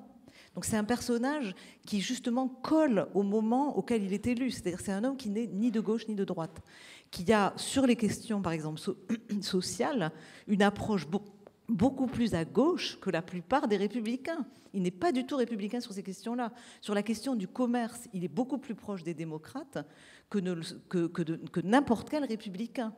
Sur l'immigration, il est à droite, mais je pense que comme c'est un homme pragmatique, il est tout à fait capable de s'entendre avec les démocrates sur ces questions-là. Sur les infrastructures, qui est un sujet qui a été toujours porté par le camp démocrate sur lequel Obama n'a absolument rien pu faire, il veut travailler avec les démocrates. Donc je pense que l'idée de la triangulation, elle est en réalité, depuis le début, au cœur de son projet. Et c'est quelqu'un qui se sentira tout à fait à l'aise avec l'idée d'aller chercher les éléments d'une majorité à gauche ou à droite. Et je pense que ça pourrait, si ça marchait, être intéressant dans le cadre d'un système dont on a vu que sous Obama, qu'il était devenu absolument bloqué. C'est-à-dire que plus rien n'était possible. Il n'était même plus possible de s'entendre sur le relèvement de la dette. Il fallait des semaines de négociations. Et c'est justement sur cette question-là que Trump a surpris tout le monde, puisqu'il a négocié avec les démocrates. Et l'autre chose que je voulais dire aussi, c'est qu'il faut... Ulysse parlait des midterms. Sur les midterms, honnêtement, moi, je pense que Trump a de grandes chances de voir sa base se solidifier. Quand on regarde ce qui s'est passé, il y a une primaire qui vient d'avoir lieu, une primaire républicaine, c'est extrêmement important, qui vient de se passer en Alabama. Trump avait soutenu le candidat de l'establishment, ce qui d'habitude n'est pas son cas, comme vous savez. Et pour des raisons, je ne sais pas, de circonstances, pourquoi il a fait ça. Et il y avait un personnage qui lui paraissait peut-être, avec lequel d'ailleurs il n'était pas d'accord, qui est l'ancien chef de la Cour suprême d'Alabama, qui est quelqu'un qui est violemment anti-musulman, anti-gay, ce que n'est pas Trump en fait. Et donc le personnage lui paraissait peut-être vraiment pas présentable. Il ne l'a pas soutenu. Ce qui est très intéressant, c'est que ce personnage vient d'être élu, il vient de gagner la primaire en Alabama. Et donc, ce que ça semble indiquer, c'est que l'espèce de guerre civile qui est en cours au Parti républicain continue. Et qu'au-delà de Trump, vous avez le Trumpisme, et donc vous avez cette espèce de guerre civile qui fait que l'establishment républicain est menacé aujourd'hui. Vous avez quand même Bob Corker, qui était un principal cadre du Congrès, qui a décidé de démissionner, parce qu'il sait que la primaire qu'il pourrait affronter au Tennessee serait extrêmement difficile. Vous avez un autre sénateur très connu en Arizona, sénateur Flake, qui vient de s'effondrer dans les sondages au profit d'une candidate justement beaucoup plus trumpiste qui s'appelle Kerry Ward, etc., etc. Et donc, il se pourrait très bien que, contrairement à ce qu'on pense, les midterms amènent un renforcement du vivier sur lequel pourrait s'appuyer Trump pour faire passer un certain nombre de ces réformes. Mais ce que je voulais dire aussi, c'est qu'il ne faut pas croire que Trump n'a aucune idée. l'idée qu'il n'a pas de programme, qu'il n'a pas d'idée. Je pense que ce n'est pas vrai. C'est-à-dire c'est quelqu'un qui a des idées forces auxquelles il tient énormément. Et toute sa démarche, qu'elle soit en politique étrangère ou en politique extérieure, elle est centrée sur le dialogue qu'il a avec les gens qui l'ont élu, c'est-à-dire le commerce, je le redis, l'immigration et les intérêts de l'Amérique d'abord. Donc ça, c'est vraiment, je pense, très important, sinon on ne peut pas comprendre ce qu'il fait. D'autres questions ici? Oui, bonjour. Vous avez tous les intervenants souligné l'extrême division de voire l'affrontement de la société américaine. Alors, je pense, sauf erreur de ma part, je crois que la Constitution US permet à des États de faire sécession. Alors, pour vous, est-ce qu'on pourrait imaginer, par exemple, que des grands États comme je pense à la Californie puissent faire un jour, ou d'autres États importants puissent faire sécession, voilà, pour des raisons. François, pour l'instant, vous avez très peu d'États qui ont ouvertement déclaré vouloir faire sécession, à part le Texas récemment. Mais c'est une question qui est totalement hypothétique, parce que si le Texas veut partir, c'est essentiellement pour une question identitaire. Et ce débat est loin d'être partagé dans d'autres États conservateurs aux États-Unis. Mais les autres, en fait, ils ont déjà fait sécession. Si vous citez la Californie, mais la Californie, elle vit toute seule, elle vit de façon totalement autonome, elle réussit à faire passer un nombre de réformes économiques, de réformes sociétales, de réformes environnementales, toute seule. Ce sont des États fédérés. Ils ont énormément de pouvoir sur le plan économique, sur le plan social. Ils ont énormément de lois qui sont différentes de celles qui sont votées au Congrès à Washington et qui s'appliquent sur la totalité de la nation. Donc, la difficulté, ce n'est pas pour des États comme la Californie ou pour le Texas, ce sont pour des petits États qui souffrent, qui sont pauvres, qui n'ont pas de moyens, qui vivent dans la difficulté et qui ont besoin, pour le coup, de l'État fédéral. Mais pour les autres, vous voyez bien, on l'a dit tout à l'heure, cette carte américaine, oui, vous avez une côte ouest, une côte est, où les gens s'autosuffisent, arrivent à faire énormément de choses par eux-mêmes, et on le voit en ce moment sur la question du climat, où vous avez 32 États aujourd'hui sur 50, si je ne me trompe, qui ont fait passer des initiatives pour lutter contre le réchauffement climatique, alors qu'ils ont un président qui refuse de rejoindre les accords de Paris. Donc la sécession, politique et économique, elle se fait concrètement tous les jours aux États-Unis par des États qui ont les moyens de le faire. Madame. Oui, bonjour, Véronique Mazévet. Une question courte pour un sujet sans doute très vaste. Quelques pistes sur la place des femmes dans le monde selon Trump. Moi, je vais dire quelque chose. C'est que moi, ce qui m'a beaucoup frappé pendant cette campagne, c'est qu'on avait une femme et un homme qui est considéré comme un machiste absolument épouvantable, qui allait évidemment échouer avec les femmes. Et qu'est-ce qui s'est passé? C'est qu'une majorité de femmes a voté pour Donald Trump. Donc ça, c'est intéressant. Et aujourd'hui, on a Hillary Clinton qui a, pendant toute sa campagne, nous a expliqué que les femmes voteraient pour elle parce qu'elle était la candidate des femmes, qu'elle allait défendre les intérêts des femmes. Et finalement, la campagne d'Hillary Clinton, ce qui, à mon avis, a été l'erreur profonde qu'elle a commise, mais qui est une erreur qui est, dans le cœur de cible du Parti démocrate depuis des années, c'est qu'elle a pensé qu'en additionnant, en empilant un certain nombre de clientèles, donc des minorités, donc par exemple les femmes, les gays, les latinos, les noirs, etc. Elle allait accumuler cette espèce de nébuleuse et je dirais de coalition de la même manière que l'avait fait Obama.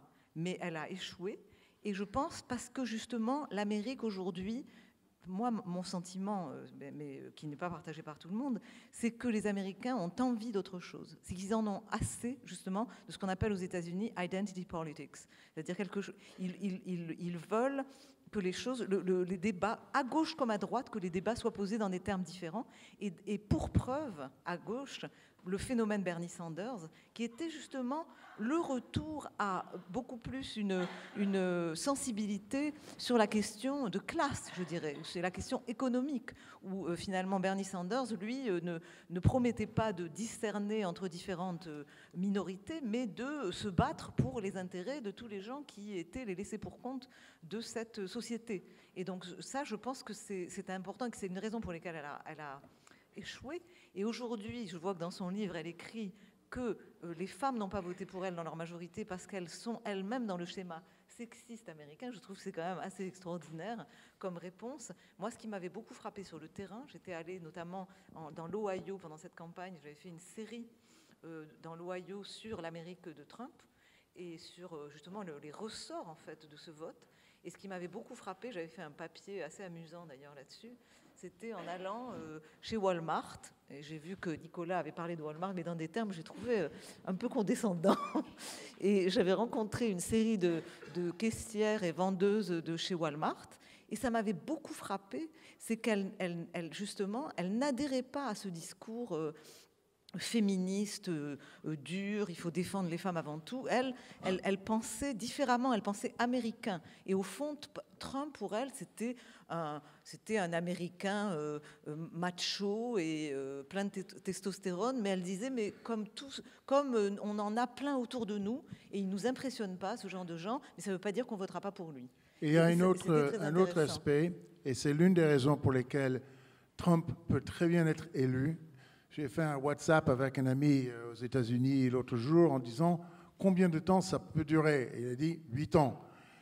C'est que le Parti démocrate est très, très, très à gauche des valeurs sociétales de la plupart des Américains. Donc, tout ce qui est bobo, LGBT, etc., tout ça, c'est profondément choquant pour une très grande partie de la population. Et là, ce n'est pas la peine de s'éloigner des États, il faut simplement s'éloigner des côtes. Si on fait 50 miles, 75 km de la ville de New York ou de San Francisco vers l'intérieur, on est très à l'intérieur, parce qu'il y a des Walmart là. Juste d'un mot sur les démocrates, parce que je pense qu'effectivement, c'est une question qui est sous-évaluée et sous-estimée aujourd'hui. L'une des raisons aussi pour lesquelles Trump n'a pas énormément de soucis à se faire, en tout cas dans la perspective des midterms, c'est qu'à ce stade, et ça peut changer évidemment d'ici le mois de novembre 2018, mais le Parti démocrate est en ruine. Aujourd'hui, le débat entre les partisans de Bernie Sanders, ceux d'Hillary Clinton et au milieu ceux qu'on a complètement oubliés, mais qui ont été en gros les artisans de la victoire d'Obama en 2008 et 2012, sont littéralement en désaccord profond sur ce que doit être le Parti démocrate demain. Est-ce que ça doit être un retour à un Parti démocrate centriste? Est-ce que ça doit être un Parti démocrate radical? Est-ce que ça doit être un parti qui n'a plus qu'à attendre que le fruit Trump tombe du fait de ses erreurs ou de ses péchés? La question n'est pas tranchée, et tant qu'elle ne sera pas tranchée, la difficulté à aller gagner des élections et ensuite à renverser le cours de l'histoire pour pouvoir se débarrasser de Donald Trump en 2020, ça n'est pas fait du tout. On va prendre une dernière question de ce côté-là.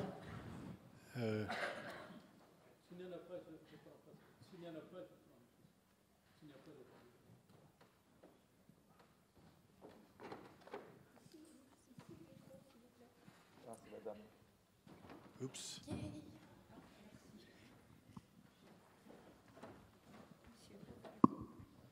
Merci. Bon, on peut penser que Trump a été élu aussi parce qu'il y a un démocrate qui a fait 2 mandats. C'est le système américain de 2 ans. Il a été élu parce que aussi, effectivement, comme vous l'avez tous dit, il a sauté sur la barrière, il a osé, il a été courageux. Mais ma question à vous tous, les relations de Trump en politique étrangère, par exemple avec la Chine. Pourquoi? C'est son côté daring. Comment il a, dès le départ, appelé la présidente de Taïwan pour dire après, non, je ne fais pas exprès. Est-ce que ce qu'il fait avec la Corée du Sud, ou la Corée du Nord, n'est pas comme ce qu'il a fait avec Taïwan? Donc, pour mettre la pression sur la Chine, parce que vous savez, il a toujours dit qu'il faut que la Chine paye. Moi, donc, ma question je peux dire un mot là-dessus. Et le dernier point, sa première visite a été en Arabie. Ce n'était pas une visite pour aller à la Mecque, c'était pour avoir les 90 milliards de dollars plus d'autres.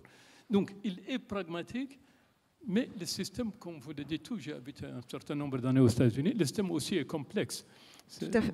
Moi, je suis d'accord avec vous. Et sur la question de la Chine, moi j'étais cet été à Washington, j'ai passé pas mal de temps à décrypter la crise de la Corée du Nord, et j'avais notamment une bonne source au Pentagone proche du général Mattis, qui est donc secrétaire à la Défense.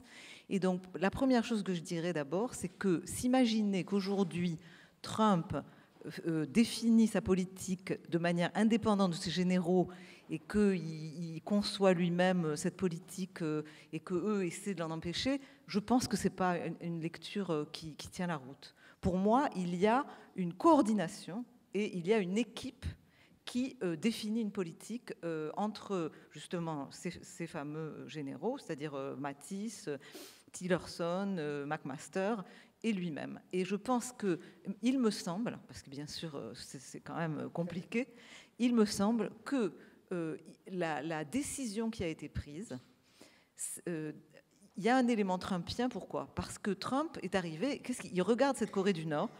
Obama lui a passé le dossier en lui disant, d'ailleurs lors de leur fameux entretien dont a parlé Nicolas, vous allez avoir un gros problème sur les bras, c'est la Corée du Nord. C'est une énorme histoire, on est déjà dans un bras de fer depuis des mois, donc l'affaire de Corée du Nord ne commence pas avec Trump, bien sûr, elle commence bien avant. Et donc Trump regarde ce jeu-là, qu'est-ce qu'il voit? Il voit que depuis 25 ans, les Occidentaux et la communauté internationale a essayé de régler cette question.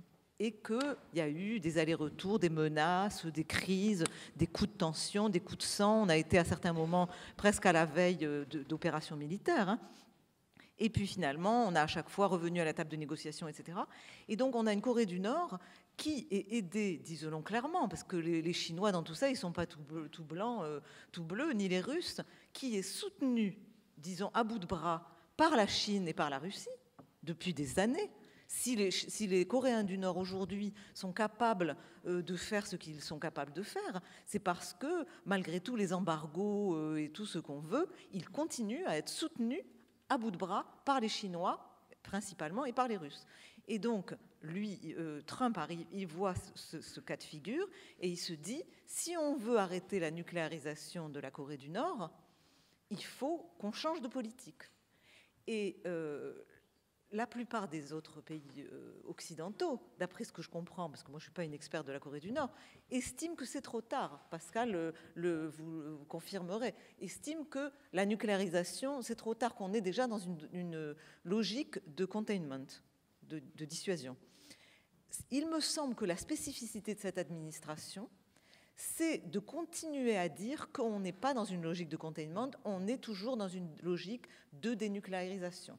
Donc ça, c'est quand même ce qui semble changer et être nouveau dans la donne. Le deuxième élément, c'est que Trump et ses généraux, je pense, parce que tout ça pour moi est coordonné, se sont dit qu'est-ce qu'on a dans notre jeu. Et donc ils ont un président Trump qui est perçu comme un élément dangereux, déstabilisateur, imprévisible. Et donc moi je pense que ce qui se passe aujourd'hui, c'est la théorie du madman, c'est-à-dire que en fait, c'est cette théorie qui avait été énoncée par Richard Nixon pendant la guerre froide, dans laquelle, en gros, et notamment au moment de la guerre du Vietnam, quand il cherchait à avoir des conditions favorables pour sortir du bourbier, c'était la théorie « retenez-moi ou je fais un malheur ». Et en gros, il avait fait courir le bruit qu'il était fou et qu'il était imprévisible et qu'on ne pouvait pas s'appuyer sur lui. Et je crois qu'il y a chez Trump et son entourage, de manière assez délibérée, la volonté d'insister sur l'élément d'imprévisibilité que représente Trump. Et entre parenthèses, je pense que ce n'est pas simplement un jeu. C'est-à-dire, il me semble instinctivement que Donald Trump, tout en disant il faut passer par la diplomatie au jour, etc., n'exclut pas totalement dans sa tête, parce que c'est Trump justement, de faire quelque chose. Je ne vous dis pas qu'il va déclarer demain la guerre, mais peut-être de mener une forme d'opération pour secouer le jeu, pour voir ce qui se passe. Et l'autre élément, c'est la Chine. C'est-à-dire que actuellement, ça c'est de sources assez sûres, le jeu des Américains, c'est pas seulement donner à l'impression aux Coréens du Nord que Trump est fou et imprévisible, mais donner aux Chinois et aux Russes l'impression que Trump est fou et imprévisible pour qu'ils règlent le problème. Et donc, je crois que c'est ça qu'ils essaient de faire. Ça ne veut pas du tout dire que ça va marcher. Et pour l'instant, les Chinois sont inquiets, mais ils pensent que ça va malgré tout continuer comme avant et qu'ils vont pouvoir continuer le jeu qu'ils ont continué jusqu'ici. Alors c'est vrai qu'ils ont voté certaines sanctions, mais pas toutes. Et donc les Américains essaient de mettre une pression maximale pour que les sanctions se renforcent de plus en plus, de plus en plus. Je ne sais pas évidemment où ça peut mener. Ulysse ? Moi, je crois que le vrai bras de fer, il n'est pas entre Pyongyang, la Corée du Nord et l'Amérique, il est entre la Chine et l'Amérique, il est entre Pékin et Washington. Et le vrai conflit potentiel, il est là. Et il a commencé bien avant la crise actuelle sur le nucléaire. Ce qui a changé la donne, c'est la rupture stratégique qui est intervenue par rapport à tout ce qui se passait depuis une dizaine d'années. C'est-à-dire que les Coréens du Nord ont acquis des capacités balistiques qui était inimaginé par les stratèges américains ou autres et qui est arrivé avec une rapidité qui n'avait pas été prévue. Et c'est ça qui a obligé les Américains à réagir. Si ce que tu dis est vrai, on va inévitablement vers la confrontation parce qu'on ne peut pas imaginer que Trump, président des États-Unis, accepte une Corée du Nord ayant la capacité nucléaire. Et c'est inimaginable. Pourquoi ? Parce que l'Amérique ne peut pas concevoir qu'un pays aussi incontrôlable que la Corée du Nord soit en mesure de lancer des armes nucléaires contre, peut-être pas Washington ou San Francisco, mais en tout cas des territoires américains qui pourraient être menacés.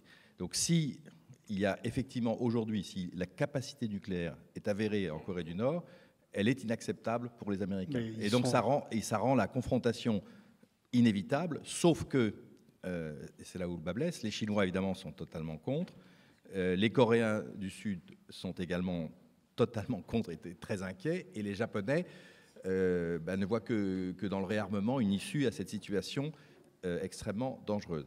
Donc on est un peu dans une sorte de no man's land où on ne sait pas exactement comment les choses vont tourner, mais je rappellerai quand même l'analyse qui était celle de Steve Bannon, qui était encore jusqu'à récemment à la Maison-Blanche, qui dit qui lui dit d'ailleurs qu'effectivement on ne pourra pas arrêter la Corée du Nord dans sa capacité à obtenir l'arme nucléaire, mais qui dit surtout que la Chine est le principal ennemi et que la Chine d'aujourd'hui c'est l'Allemagne des années 30.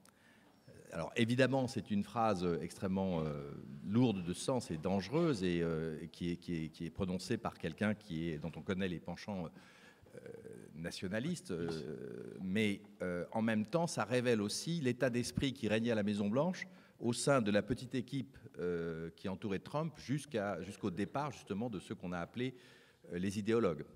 Mais ils sont pas loin non plus et ils conservent quand même une certaine influence. Donc la crise de la Corée du Nord est très dangereuse pour cela et en même temps, on a appris aujourd'hui, on a eu la confirmation aujourd'hui du prochain voyage de Trump en Asie, qui va faire une tournée globale et qui va évidemment aller à Pékin. Et il ne va pas y aller n'importe quand, il va y aller après la fin du plénum du Parti communiste chinois qui commence vers le 15 octobre et qui va durer 18 octobre et qui va durer une dizaine de jours, qui est absolument crucial. Et d'où l'embarras des Chinois aujourd'hui, parce que le plénum est fondamental, parce que vous savez, il s'agit de renouveler une partie des membres du bureau politique chinois. Et il y a en ce moment une guerre intense, très violente, nous dit-on, au sein de l'appareil politique du parti chinois, pour justement savoir qui va être écarté du bureau politique. Sans que ça touche le président chinois lui-même, qui est assuré de rester, ainsi que le numéro 2. Mais en dessous, il y a 7 ou 8 personnages très importants qui sont menacés d'être exclus. Et donc, il y a une bataille politique qui fait rage en ce moment à Pékin et qui paralyse d'une certaine manière le gouvernement chinois dans cette crise nord-coréenne qui, chaque jour, est un peu plus violente, en tout cas dans les échanges musclés auxquels on assiste. Donc, tant que la Chine ne sera pas sortie de son plénum, ça sera très difficile d'imaginer qu'il se passe quelque chose de radicalement important là. Mais après, on voit que Trump arrive, il va donc retrouver le président chinois, et contrairement à ce qu'on pourrait penser, ils ont de bons rapports. C'est-à-dire qu'ils sont en désaccord sur beaucoup de choses, essentiellement sur le commerce, sur les barrières tarifaires. Les Américains sont convaincus qu'effectivement les Chinois sont en train de les rouler dans la farine sur le plan commercial et que ça devient extrêmement dangereux et inacceptable. Mais entre Trump et Xi Jinping, les rapports sont excellents. Ils se sont vus, ils se parlent, Souvenez-vous de la rencontre qui a eu lieu en Floride. C'est au cours de cette rencontre que Trump a annoncé au président chinois, alors que tout le monde était dans le golf club de Trump et en train de discuter soi-disant de tout et de rien, c'est là qu'il lui a annoncé que l'Amérique allait intervenir en Syrie. Donc pour qu'il y ait ce degré de relation entre deux chefs d'État aussi important, vous imaginez que leurs relations ont atteint un degré extrêmement important. Et là, ils vont reprendre ce dialogue après le plénum du comité, du bureau du plénum du parti chinois, avec une nouvelle donne. C'est-à-dire qu'on aura un président chinois qui saura exactement quelle est son équipe, quelles sont ses marges de manœuvre. Et là, on verra si effectivement Trump réussira finalement à obtenir ce qu'il cherche depuis des mois des Chinois, c'est-à-dire que les Chinois brisent la volonté nord-coréenne de continuer quoi qu'il arrive, c'est-à-dire de couper le pétrole, couper l'approvisionnement du pétrole à la Corée du Nord, vraiment appliquer des sanctions avec une fermeté absolue et étrangler la Corée du Nord pour l'obliger à céder. Mais ça ne pourra pas se produire, je dirais, avant la fin novembre. Donc on est aujourd'hui au cœur de la crise. Oui, juste un mot pour, juste pour dire que, évidemment, c'est très important le fait que le président Xi Jinping, à partir du 18 octobre, sera un président plus fort et non pas plus faible qu'il ne l'était jusqu'à présent, que Trump considère que parler à un président fort est extrêmement important, sauf que sur ce dossier de la Corée du Nord, tout ne peut pas être dit et tout ne peut pas être réglé. Jusqu'à présent, au Conseil de sécurité, c'était les Anglais qui servaient à jouer un go-between entre les Américains et les Chinois lorsqu'il y avait de graves tensions ou de grosses difficultés. Ce rôle n'est plus tenu. Il est possible que ce soit la France qui le joue. Et c'est là où ça devient extrêmement important d'avoir une puissance nucléaire française qui lutte contre la non-prolifération, qui a fait ses preuves sur le dossier iranien et qui aujourd'hui se propose de jouer ce rôle d'intermédiaire entre les États-Unis et la Chine. Mais juste pour finir, il n'y a pas que ces deux acteurs-là. L'acteur sud-coréen, évidemment, est très dans la difficulté parce que ce qu'il y a sur la table aujourd'hui de discussion, parce que ça discute et ça négocie, c'est un pacte de non-agression d'un côté, en échange d'une démilitarisation de l'autre. Et pour l'instant, ça, c'est inconcevable pour les deux parties. Et ce seraient les Sud-Coréens qui en feraient les frais. Mais les Japonais disent aujourd'hui que la Corée du Nord soit puissance de seuil nucléaire, c'est une évidence contre laquelle personne ne pourra rien. Et donc, on voit bien que la seule difficulté, en fait, pour les Japonais comme pour les Sud-Coréens, c'est d'avoir une assurance qu'ils resteront sous parapluie américain, à condition qu'il y ait un pacte de non-agression qui évite ce danger de guerre. Et le côté oui, mais on va faire continuer à jouer l'imprévisibilité de Trump pour dire attention, si vous faites une connerie, il appuiera sur le bouton. Je ne suis pas du tout certain que ce soit le sens de l'histoire. C'est peut-être le sens de la personnalité de Trump, mais en tout cas, ce n'est pas ce qui est aujourd'hui dans les tuyaux de négociation.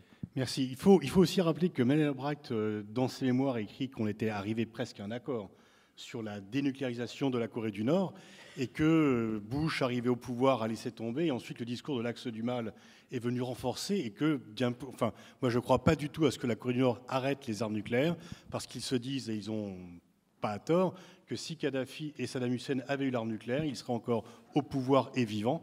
Et donc, c'est une raison. Alors, une question à Pascal Boniface. Oui.